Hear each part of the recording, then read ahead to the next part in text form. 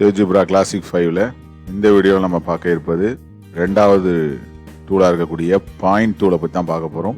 அதில் முதல்ல இருக்கக்கூடிய வெறும் பாயிண்டை பற்றி தான் இந்த வீடியோவில் நம்ம தெரிஞ்சுக்க போகிறோம். இப்போ பாயிண்ட் அப்படிங்கிறத நம்ம கிளிக் பண்ணோன்னா இது மாதிரியான ஆப்ஷன்ஸ்லாம் நமக்கு வருது. இதில் முதல்ல இருக்கக்கூடியது தான் என்னது பாயிண்ட்டு. மொத்தமாகவே சேர்ந்து நமக்கு என்ன பேருன்னா பாயிண்ட் டூல் பேர். இதை கிளிக் பண்ணோன்னா பாருங்கள், அதில் ஃபர்ஸ்ட்டில் இருக்கிறது தான் டிஃபால்ட்டாகவே நமக்கு திரையில் தோன்றும்.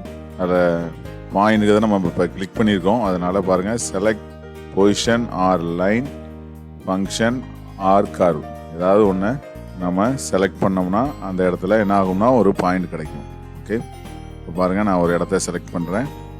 அந்த இடத்த நம்ம செலக்ட் பண்ணோன்னா என்ன கிடைக்குது பாருங்கள், பாயிண்ட்டு அப்படிங்கிறது கிடைக்குது. ஏ, அது அல்ஜிப்ரா வியூவில் நமக்கு தெரியுது பாருங்கள். ஏ அப்படிங்கிற பாயிண்ட்டு 3,2, அதாவது எக்ஸ் ஆக்சிஸில் 3 யூனிட் டிஸ்டன்ஸு, ஒய் ஆக்சிஸில் 2 யூனிட் டிஸ்டன்ஸ், அதுதான் ஏங்கிற பாயிண்ட்டு. இப்போ செலெக்ஷனில் பாருங்கள், ஏங்கிற நம்ம பாயிண்ட்டு தான் இருக்குது. அதனால் மீண்டும் வேற ஒரு இடத்துல நான் கிளிக் பண்ணுறேன் அப்படின்னா அங்கேயும் என்ன ஆகும்னா பாயிண்ட் தான் கிடைக்கும். அது பாருங்கள், பின்னு கிடைக்குது. பிங்கிற பாயிண்ட் பாருங்கள் 8,0. மீண்டும் நான் வேற ஒரு இடத்துல கிளிக் பண்ணால் மறுபடியும் பாயிண்ட் தான் கிடைக்கும். இந்த மாதிரி நம்ம கிளிக் பண்ணிகிட்டே இருந்தோம்னா நமக்கு பாயிண்ட்டுகள் கிடச்சிக்கிட்டே இருக்கும் பாருங்கள். இந்த பாயிண்ட்டுக்கெல்லாம் பேர் வந்து ABCDEFGH இந்த மாதிரி வருது. அது அல்ஜிப்ரா வியூவில் நமக்கு தெரியுது பாருங்கள். இப்போ இந்த பாயிண்ட்டு வர்றதை நிப்பாட்டணும். இந்த பாயிண்ட்டை வந்து நம்ம ஒரு இடத்துலேருந்து இன்னொரு இடத்துக்கு நகர்த்தணும்னா அதுக்கு என்ன பண்ணணும்னா ஃபஸ்ட்டு இந்த மூவ் டூலை நம்ம கிளிக் பண்ணிக்கணும். மூவ் டூலை கிளிக் பண்ணால் என்ன ஆகிடுது பாருங்கள், அந்த பாயிண்ட்டுங்கிற செலெக்ஷன் வந்து எங்கே போயிடுதுன்னா மூவ் டூலுக்கு போயிடுது. இப்போது ஏங்கிற பாயிண்ட் இந்த இடத்துல இருக்குது. ஓகே, பிங்கிற பாயிண்ட் இந்த இடத்துல இருக்குது. பாயிண்டோட கோஆர்டினேட் நமக்கு தெரியுது. இப்போ என்ன பண்ணலாம் பாருங்கள், இப்போ இந்த ஜிங்கிற பாயிண்ட்டை நான் அப்படி ட்ராக் பண்ணி இழுத்து வேற ஒரு இடத்துல வச்சிடுறேன். அதே மாதிரி ஹச்சுங்கிற பாயிண்ட்டையும் ட்ராக் பண்ணி இழுத்து வேற ஒரு பாயிண்டில் வச்சிடுறேன். அது மாதிரி எஃப்ங்கிறதையும் இழுத்து வேற ஒரு இடத்துல வச்சிடுறேன். இப்போ பாயிண்ட்லாம் பாருங்கள், ஒரு இடத்துலேருந்து இன்னொரு இடத்துக்கு நகர்த்துவதற்கு இந்த மூவ் டூல் நமக்கு பயன்படுது. இப்போ அந்த பாயிண்டோட கோஆர்டினேட் பக்கத்தில் இருந்தால் தேகலாம் அப்படின்னு நினச்சோம்னா என்ன பண்ணலாம்னா, இப்போ இந்த பாயிண்ட்டை ரைட் கிளிக் பண்ணோம்னா நமக்கு என்ன கிடைக்கும்னா இந்த மாதிரியான லிஸ்ட் கிடைக்கும். அதில் ஆப்ஜெக்ட் ப்ராப்பர்ட்டிஸில் போய் நம்ம பார்த்தோம்னா பேசிக்கில் பாருங்கள், நேம் ஏ, டெஃபனேஷன் 3,2, கேப்ஷன் அப்படிங்கிறது நம்ம வேணால் கொடுத்துக்கலாம். அது என்ன பாயிண்ட் அப்படிங்கிறத பற்றி. இதில் ஷோ லேபிள்னு இருக்குது பாருங்கள். அதில் நேம்னு இருக்கிறத நேம் அண்ட் வேல்யூன்னு மாற்றோம்னா பாருங்கள், பாயிண்ட் ஏங்கிறது ஏ ஆஃப் ஈக்குவல் டு 3,2 அப்படின்னு கிடைக்குது பாருங்கள், ஏ ஈக்குவல் டு. இதே மாதிரி டிங்கிற பாயிண்ட்டே நம்ம கிளிக் பண்ணி என்ன பண்ணலாம், அதோட நேம் அண்ட் வேல்யூ தெரிகிற மாதிரி பார்க்கலாம். அடுத்தது இ, தொடர்ச்சியாக என்ன பண்ணலாம், நம்ம அந்த பாயிண்ட் மேலே கிளிக் பண்ணி எல்லா பாயிண்ட்டுக்கும் நேம் அண்ட் வேல்யூவை மாற்றிடலாம். அதாவது நேம் அண்ட் வேல்யூ தெரிகிற மாதிரி பண்ணிடலாம். வெறும் வேல்யூ கூட நம்ம கொண்டு வரலாம். ஓகே, ஜிங்கிற பாயிண்ட்டை கிளிக் பண்ணி அப்புறம் நேம் அண்ட் வேல்யூவை மாற்றிடுறோம். வெறும் வேல்யூவாகவும் நம்ம மாற்றலாம். பிங்கிற பாயிண்ட்டை கிளிக் பண்ணி நேம் அண்ட் வேல்யூ மாற்றிடுறோம். ஓகே, எல்லாமே ப்ளூ கலராக இருக்குது.